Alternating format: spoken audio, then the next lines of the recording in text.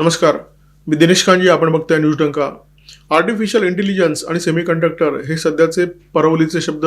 भविष्यातील जग एआयचं जग असेल, भविष्यातील जग सेमीकंडक्टरचं जग असेल. जो या क्षेत्रातला दादा तोच या जगाचा खरा बादशाह. आणि त्यामुळे महासत्ता अमेरिका आणि होऊ घातलेली महासत्ता म्हणजे चीन या दोन्ही देशांमध्ये, या दोन्ही क्षेत्रामध्ये चुरशीची स्पर्धा सुरू झालेली आहे.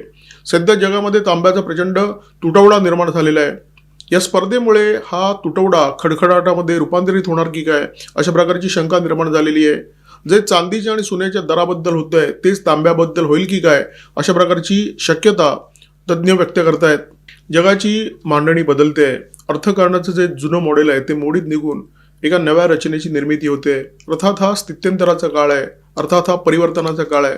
आणि या परिवर्तनाच्या काळामध्ये जो देश परिवर्तनाच्या दिशेने वेगाने आगेकूच करेल, वेगाने अग्रेसर असेल, तोच देश भावी महासत्ता बनणार आहे.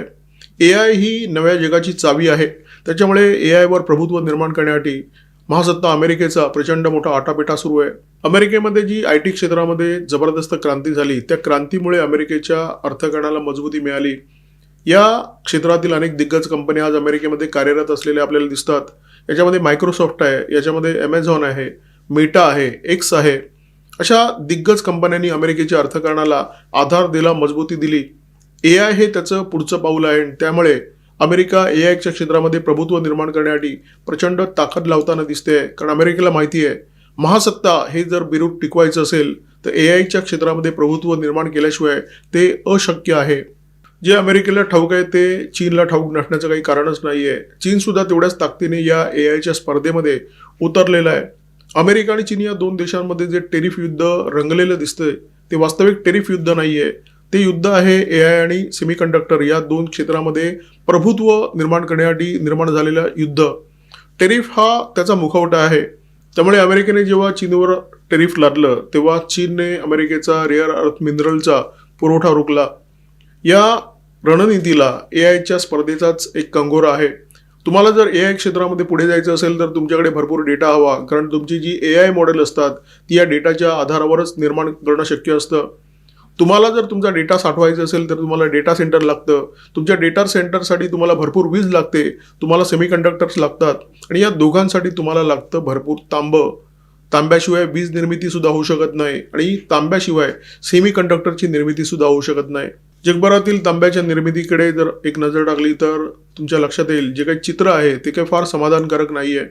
एका बाजूला तांब्याच्या खनिजांच्या ज्या खाणी आहेत त्याची संख्या कमी कमी होत चाललेली आहे आणि दुसऱ्या बाजूला खनिजाच्या पुळणीचा जो दर्जा आहे तो घसरत चाललेला आहे आणि त्याचा फटका तांब्याच्या निर्मितीला बसताना दिसतोय.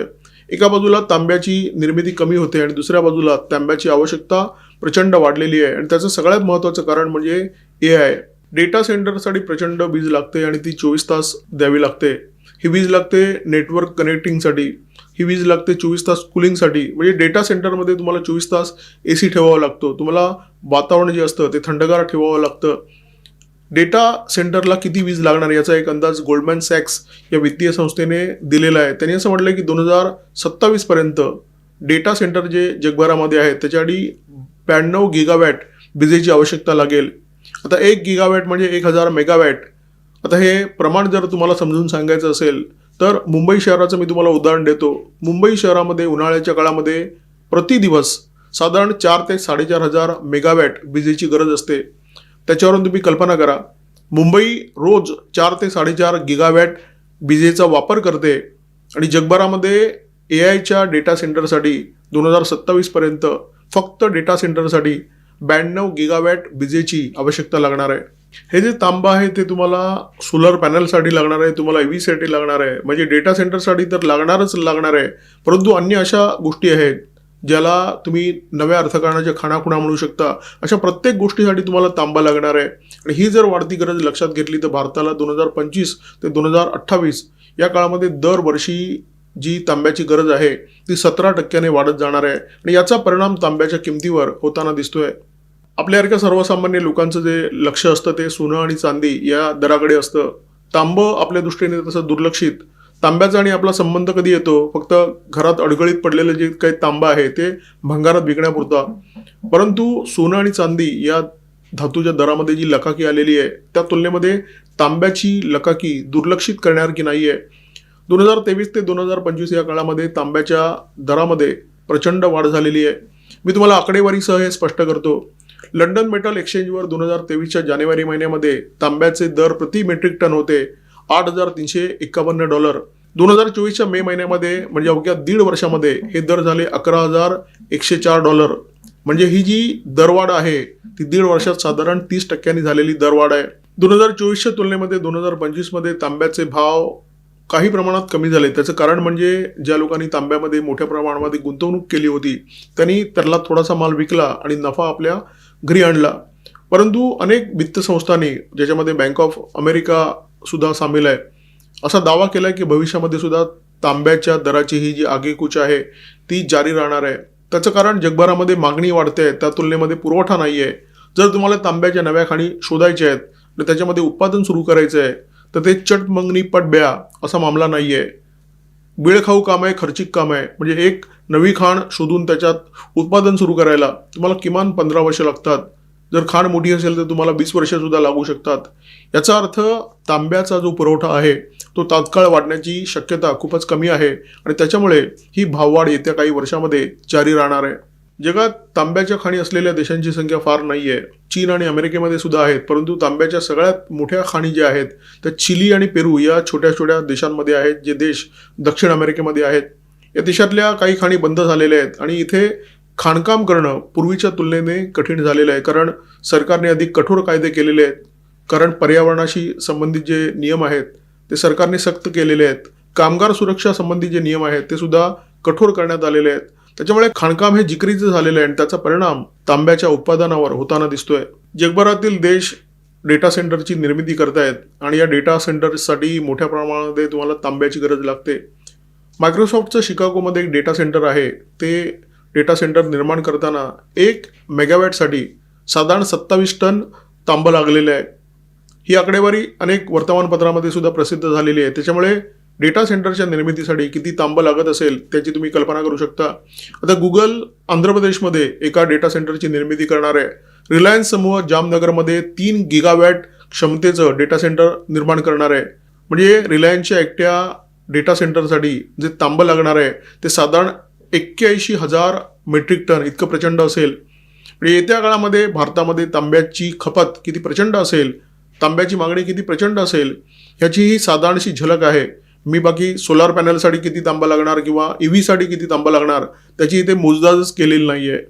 आता तांब्याची निर्मिती आणि राजकारण याच्या तंगड्या एकमेकांमध्ये कशा गुंफलेल्या आहेत त्याची झलक आहे का?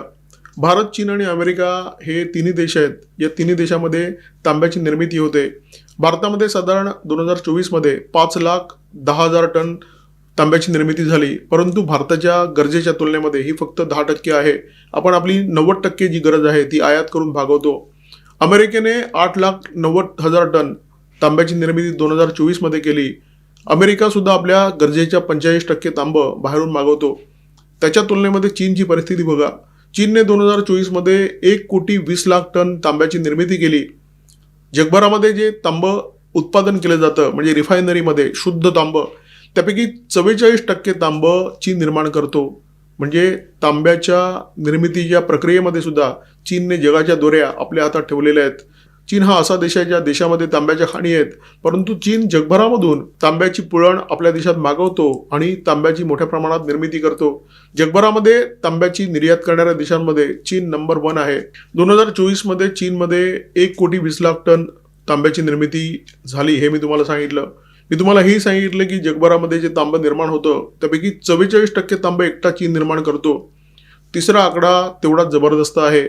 चीनने 2024मध्ये जगाला जी तांब्याची निर्यात केली त्याचा आकडा आहे $14 अब्ज. म्हणजे किती प्रचंड प्रमाणामध्ये चीनमधून जगाला तांबं निर्यात होतं याची कल्पना करा.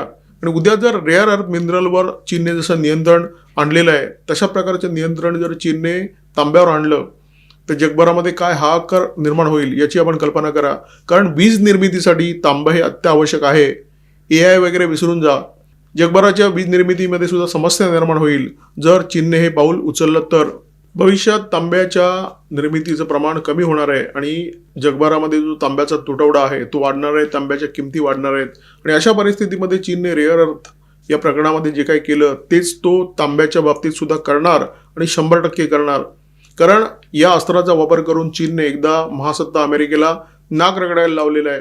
आता पुन्हा एकदा तो तांब्याचं अस्त्र बनवणार आणि अमेरिकेला नाक घासायला लावणार. अर्थात भारताची सुद्धा या प्रांतामध्ये जी परिस्थिती आहे ती अमेरिकेपेक्षा फार वेगळी नाहीये. जगभरामध्ये तांब्याचा तुटवडा निर्माण झालेला आहे. तांब्याच्या ज्या किमती आहेत त्या घोडदौड करतायत. अशा परिस्थितीमध्ये भारत काय हातावर हात धरून बसला होता का? आणि ही परिस्थिती काय 2 दिवसात निर्माण होत नाही.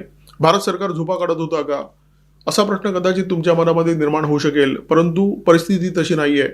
मोदी सरकारचं या समस्येवर लक्ष होतं. भारतामध्ये हिंडाल्को ही बिर्ला समूहाची कंपनी आहे जी तांब्याची निर्मिती करते. हिंदुस्तान कॉपर ही सरकारी कंपनी आहे. आता काही खाजगी समूहांनी सुद्धा या क्षेत्रामध्ये प्रवेश केलेला आहे. अदानी समूह आणि वेदांता समूह या दोन्ही कंपन्या खाजगी आहेत, परंतु त्या तांब्याच्या खाणींवर लक्ष ठेवून आहेत. काही दिवसापूर्वी चिलीचे राष्ट्राध्यक्ष गॅब्रियल बोरिक भारतामध्ये आले होते. त्यांचं भारतात उत्तम स्वागत झालं. दोन्ही देशामध्ये या काळामध्ये काही महत्त्वपूर्ण करार झाले. त्यातला एक करार तांब्याच्या निर्मितीशी संबंधित आहे. चिलीची कंपनी आहे कोडॅल्को. या कंपनीने भारताच्या हिंदुस्तान कॉपर या कंपनीबरोबर तांब्याच्या निर्मितीच्या संदर्भात महत्त्वपूर्ण करार केलेला आहे. अदानी समूह आणि वेदांता समूह हे सुद्धा प्रयत्नशील आहेत. या दोन्ही समूहाने म्हणजे अदानी समूहाने पेरू, चिली आणि ऑस्ट्रेलिया या देशातील काही कंपन्यांबरोबर म्हणजे ज्या कंपन्या खनन कर्माशी संबंधित आहेत त्या कंपन्यांबरोबर करार केलेला आहे. वेदांता समूहाने झांबियामध्ये काही कंपन्यांबरोबर करार केलेला आहे आणि आपण आपलं तांब्याचं उत्पादन भविष्यामध्ये भरपूर वाढेल या दृष्टीने प्रयत्न करतोय. आपल्याकडे स्वतःला विचारवंत म्हणून घेणारी काही रिकामी डोकी असतात. त्यातले काही डावे असतात, काही लिबरल असतात, काही पुरोगामी असतात आणि ही मंडळी पंतप्रधान नरेंद्र मोदी यांच्या विदेश दौऱ्याला नेहमी लक्ष करत आलेली आहेत. विशेष करून मोदी जेव्हा घानामध्ये गेले तेव्हा या मंडळींनी अशी टवाळी केली होती की मोदी काय अशा छोट्या छोट्या देशामध्ये जात असतात. या छोट्या देशांचं जे महत्त्व आहे ते त्यांच्या लक्षात येऊ शकत नाही, कारण मी म्हटल्याप्रमाणे त्यांची डोकी रिकामी असतात. आता चिली हा दक्षिण अमेरिकेतला अत्यंत छोटा देश, परंतु जागतिक राजकारणामध्ये आज या देशाला किती महत्त्व प्राप्त झालंय बघा. या देशाचे राष्ट्राध्यक्ष भारतामध्ये आले होते आणि त्यांच्या भारत भेटीच्या दरम्यान एक अत्यंत महत्त्वपूर्ण असा करार झाला. असा करार जो भारतामध्ये भविष्यात जो तांब्याचा तुटवडा निर्माण होऊ शकतो त्याचं उत्तर आहे. जागतिक व्यापार आणि जागतिक राजकारण हे काही वेगळं नाहीये. एकाच नाण्याच्या त्या 2 बाजू आहेत. काही खाजगी कंपन्या आहेत ज्या भारताच्या दुखऱ्या नसावर इलाज करण्याचं काम करत आहेत. त्याच्यामध्ये अदानी समूह आहे. वेदांता समूहाचं मी आता नाव घेतलं. भारतामध्ये जो तांब्याचा तुटवडा आहे या तुटवड्यावर या दोन्ही कंपन्या काम करत आहेत. आधी अदानी समूहाला लक्ष करण्याचा प्रयत्न केला Hindenburg short sell and research फर्मने.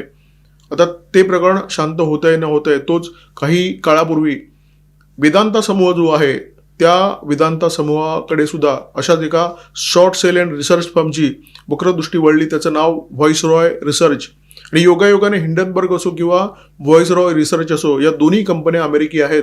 म्हणजे याला तुम्ही योगायोग म्हणणार की दुसरं काय? भारत जर सशक्त झाला, भारत जर मजबूत झाला तर ते अनेक देशांना नको आहे.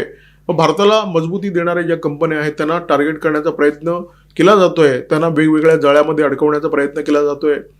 अदानी यांच्याबाबत जे काही झालं त्याचा देशभरामध्ये प्रचंड गवगवा झाला, परंतु नंतर भारतीयांना हे लक्षात आलं की हे काय प्रकरण आहे. त्याच्यामुळे कदाचित वेदांता समूहाला ज्या व्हॉइसरॉय रिसर्च या फर्मने टार्गेट करण्याचा प्रयत्न केला त्याच्याबद्दल फारशी चर्चा झाली नाही. परंतु मी जे म्हटलं तुम्हाला की जागतिक व्यापार आणि जागतिक राजकारण वेगळं नाहीये. जे जे उद्योगपती भारताला प्रगतीपथावर नेण्याचं काम करणार त्यांच्या पायामध्ये भविष्यात सुद्धा असा खोडा घालण्याचा प्रयत्न निश्चितपणे होणार आहे. AI क्षेत्रामध्ये भारताला जर गरुड भरारी घ्यायची असेल तर भारताकडे डेटा सेंटर हवं. डेटा सेंटरसाठी भरपूर वीज हवी आणि भरपूर विजेसाठी तुम्हाला प्रचंड प्रमाणामध्ये तांबा हवं. त्या तांब्याचा भारतामध्ये तुटवडा आहे आणि या तांब्याच्या दोऱ्या चीनच्या हातात आहेत. असा देश जो भारताचा शत्रू देश आहे, या देशाने कधीतरी भारतावर हल्ला केला होता. आज चीनबरोबर आपलं जे नातं आहे ते ठीकठाक आहे. त्याला मी चांगलं म्हणणार नाही, ठीकठाक आहे. दोन्ही देशांनी संघर्षाची भूमिका टाळलेली आहे, कारण दोन्ही देशांचा आज समान शत्रू कोण असेल तर तो अमेरिका आहे. या दोन्ही देशांमध्ये आज जे आलबेल आहे ते उद्या राहीलच याची काही गॅरंटी नाहीये. आणि त्याच्यानंतर चीन तुम्हाला तांब्याचा वापर करून चेपण्याचा प्रयत्न करणार नाही असं होणं शक्यच नाहीये. भारत सरकारला हे माहिती आहे, त्यामुळे तांब्याचा पुरवठा भारतामध्ये वाढावा या दिशेने आपण प्रयत्न सुरू केलेले आहेत. परंतु हे प्रयत्न अधिक आक्रमकपणे करण्याची गरज आहे, वेगाने करण्याची गरज आहे. नाहीतर AI क्षेत्रामध्ये एक गरुड भरारी घेण्याचं जे भारताचं स्वप्न आहे ते कदाचित स्वप्नच राहू शकतं. हा व्हिडिओ नेहमीच्या तुलनेमध्ये किंचित लांबलेला आहे, परंतु विस्तृत विवेचन थोडं आवश्यक होतं, म्हणून थोडा विस्तृत व्हिडिओ करण्याचा प्रयत्न केला. तुर्तास थांबतोय. या व्हिडिओमध्ये माझ्यासोबत होते cameraman Omkar Bhagwat, video editor Ajay Shelke. Video जर आवडला असेल तर लाईक करा, शेअर करा. कॉमेंट बॉक्समध्ये तुमचे विचार या संपूर्ण विषयाबद्दल काय आहेत ते व्यक्त करा. कॉमेंट करताना तुम्ही कुठून हा व्हिडिओ बघताय ते निश्चित नोंदवा. सबस्क्राईब करा न्यूज डंका आणि बेल आयकॉन दाबायला विसरू नका. नमस्कार, धन्यवाद.